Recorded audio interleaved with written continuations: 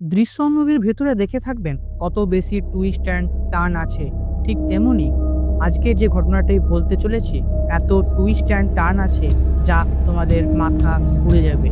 কারণ আছে একটা ভিডিও যার দাম নাকি 1.5 কোটি টাকা। এখন তোমরা ভাবছো কিভাবে একটা ভিডিও 1.5 কোটি টাকা হতে পারে।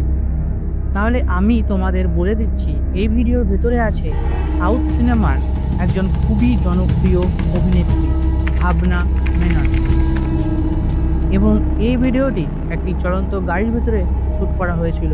যে সময় এই অভিনেত্রী সাথে ছিল আরও 7জন লোক যারা মুখে মাস্ক পরেছিল। কিন্তু এখন বড় প্রশ্ন হচ্ছে, আসলে এই কেসটা কি? তাহলে চলো তুমি আর আমি মিলে এই রহস্যটিকে সমাধান করি এই ভিডিওর ভেতরে। ওয়েলকাম ব্যাক গাইস, আমার নাম সুপ্রিয় আর তোমরা দেখছো সবাই ভাবনা, যার আসল নাম হলো কার্তিকা মেনন। এই অভিনেত্রী 2002 সালে নিজের প্রথম মুভি নম্বল দিয়ে সাউথ ইন্ডাস্ট্রিতে ডেবিউ করেন। আর তখনই সিআইডি মুসা নামে একটি মুভি আসে যা পুরোপুরি সুপার ডুপার হিট হয়। অন্যদিকে ইন্ডাস্ট্রির যত অভিনেতা ছিলেন সবাই ভাবনার সাথে কাজ করতে চাইতেন, যেন ভাবনা জীবনে যত স্বপ্ন দেখেছিলেন সবই একের পর এক পূর্ণ হয়ে যাচ্ছিল। নিজের কেরিয়ারে পিকে পৌঁছে ভাবনা এই ইন্ডাস্ট্রির সবচেয়ে জনপ্রিয় এবং বড় অভিনেত্রী হয়ে উঠেছিলেন। কিন্তু এমনই এক রাত আসে যা ভাবনার জীবন পুরোপুরি ধ্বংস করে দেয়। 17 ফেব্রুয়ারি 2017 ভাবনা একটি শুটিং থেকে ফিরছিলেন। ত্রিশূর থেকে কোচি যাচ্ছিলেন। রাত প্রায় 9টার দিকে হঠাৎ একটি কালো রঙের গাড়ি পিছন থেকে এসে অভিনেত্রীর গাড়িকে ধাক্কা মারে। শুটিং থেকে ফিরে আসা এই অভিনেত্রী একবারে ক্লান্ত হয়েছিলেন, কিন্তু যেমনই ধাক্কা লাগে তিনি চমকে ওঠেন। তখনই হঠাৎ ধাক্কা মারা গাড়ি থেমে যায় এবং তার ভেতরে থেকে 3জন লোক বেরিয়ে আসে, যারা প্রথমে ড্রাইভারকে মারধর করে। মারধর করার পর ড্রাইভার সেখান থেকে পালিয়ে যায়। তারপর এই 3জন লোক ওই গাড়ির ভিতরে ঢুকে পড়ে। তার পেছন পেছন আরও 4জন লোক ভাবনার গাড়িতে ঢুকে পড়ে। এখন 7জন লোক আর একা ভাবনা। যতই চেষ্টা করুক আজ তাকে বাঁচানোর কেউ ছিল না। গাড়িটির চারপাশে ফাঁকা রাস্তায় ঘুরতে থাকে এবং তখন গাড়ির ভেতরে লোকেরা ভাবনার সাথে সেই কুকর্মটি করতে শুরু করে দিয়েছিল। একজনের পর একজন সবাই ভাবনার সাথে এই সব কুকর্ম কাজগুলো করতে শুরু করে দেয়।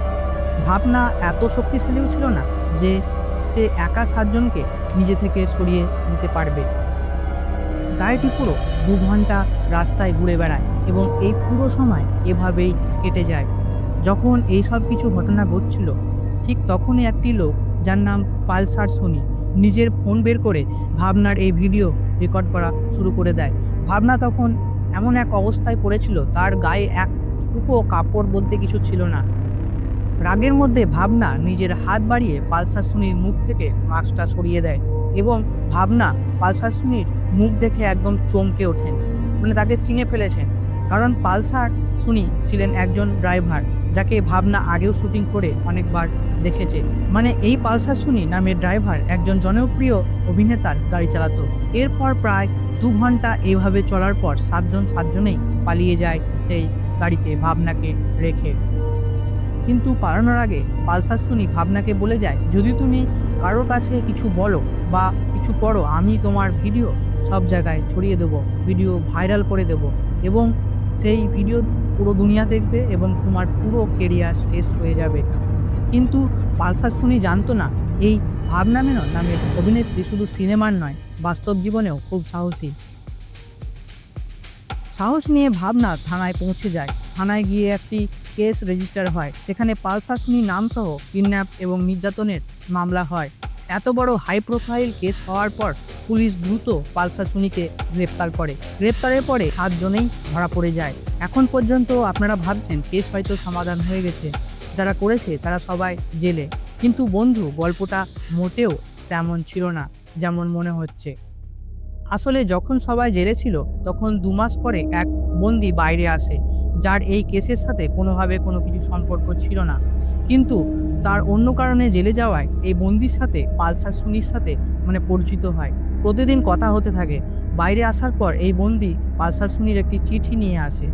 এবং এই চিঠিতে অনেক বড় একটা খোলাসা হয়। পালসার সুনি লিখেছিলেন, এই কাজ আমরা নিজেরা করিনি, এই কাজ করতে আমাদেরকে ইন্ডাস্ট্রির সবচেয়ে বড় সুপারস্টার দিলীপ বলেছেন, এবং ভাবনার এই ভিডিও রেকর্ড করার জন্য আমাদেরকে 1.5 কোটি টাকা দেওয়া হয়েছিল। যেই সেই চিঠি বাইরে আসে, ইন্ডাস্ট্রির সবচেয়ে বড় সুপারস্টার দিলীপকে গ্রেপ্তার করা হয়। যেই তাকে গ্রেপ্তার করা হয়, পুরো ইন্ডাস্ট্রি কেঁপে ওঠে। একদিকে বড় অভিনেত্রীর নাম, আরেকদিকে বড় অভিনেতা দিলীপের নাম। এখন অর্ধেক লোক তখন দিলীপের পক্ষ নিয়েছিল। তাদের মতে ভাবনা মিথ্যা অভিযোগ তুলেছিল তার বিরুদ্ধে। পুলিশ তবুও তদন্ত চালিয়ে যায়, কিন্তু পুরো 2 মাস পরে দিলীপ জামিন পেয়ে যায় এবং মানুষের মধ্যে হইচই পড়ে যায়। কিন্তু জামিন পাওয়ার পর আরেকটি বড় টুইস্ট আসে। যখন পুলিশের হাতে একটি মেমোরি কার্ড আসে, সেই স্টোরেজ কার্ডে ছিল ওই একটি ভিডিও যা পালসার সুনি এবং তার বন্ধুরা রেকর্ড করেছিলেন। যেই ভিডিওটি পুলিশের হাতে আসে, কোর্টে পৌঁছায়, তখন ভাবনার দেওয়া অভিযোগ জানা যায়। আমাদের 2017 থেকে 2 বছর পেছনে যেতে হবে, যখন অভিনেতা দিলীপের স্ত্রী সঙ্গে ঝগড়া হয় এবং ঝগড়ার পরে তাদের ডিভোর্স হয়ে যায়। আসলে বিষয়টি ছিল, অভিনেতা দিলীপের কাব্যা নামের একটি মেয়ের সাথে সম্পর্ক চলছিল এবং এই ব্যাপারে ভাবনা দিলীপের স্ত্রীকে জানিয়েছিল। এমনকি মিডিয়ায় খবর ছড়িয়ে পড়ে যে সত্যি দিলীপ কারোর সাথে কিছু চলছে আর কি। এবং বিষয়টি সত্য হয় 2015 সালে। স্ত্রীকে ডিভোর্স দেওয়ার পর সেই অভিনেতা দিলীপ কাব্যার সাথে বিয়ে করে। এখন কোর্টে ভাবনা এই বয়ান দেন যে আমার কারণে দিলীপের ডিভোর্স হয়েছিল এবং সে বলেছিল আমার কেরিয়ার শেষ করে দেবে। এই ষড়যন্ত্রের মধ্যে দিয়ে দিলীপ আমার সাথে এই সব কিছু করেছে। এমন প্রমাণ বেরোনোর পরে আবার কেসটি দিলীপের দিকে ঘুরে যায়, কিন্তু এবারও সত্যর জয় হয়নি। নিজের টাকা আর রাজনৈতিক প্রভাবের কারণে দিলীপের আবারও জেল থেকে বেরিয়ে আসে এবং প্রকাশ্যে শুটিং করে বেড়ায়। তার কেরিয়ার চলতেও থাকে। সবাই ভাবতে থাকে দিলীপ আবারও ছুটে গেছে। কিন্তু তখনই আর একটা টুইস্ট আসে। তখন ইন্ডাস্ট্রির এক জনপ্রিয় অভিনেতা একটি কল রেকর্ডিং ভাইরাল করে, যেখানে দিলীপ বলেছিলেন, যেসব পুলিশ আমাকে গ্রেপ্তার করেছে তাদেরকে সবাইকে আমি দেখিয়ে দেব। এই রেকর্ডটি ভাইরাল হয়ে মিডিয়ায় আসে এবং পুলিশের হাতে আরও একটি প্রমাণ পৌঁছে যায়। কিন্তু তবুও এত কিছু হওয়ার পরেও দিলীপ আজও জেলের বাইরে, আর অন্যদিকে ভাবনা নিজের এই ইনস্টাগ্রামে নিজের দুঃখ জানায় এবং এই কেস আজও অসমাপ্ত হয়ে পড়ে আছে। আপনাদের কি মনে হয় সত্যিটা কি হতে পারে, সেটা আপনাদের ওপরই ছেড়ে দিলাম। তো কমেন্টে অবশ্যই লিখে যাবেন, আর এমন ভিডিও পাওয়ার জন্য আমাদের এই চ্যানেলটিকে সাবস্ক্রাইব করে দেবেন। Thank you.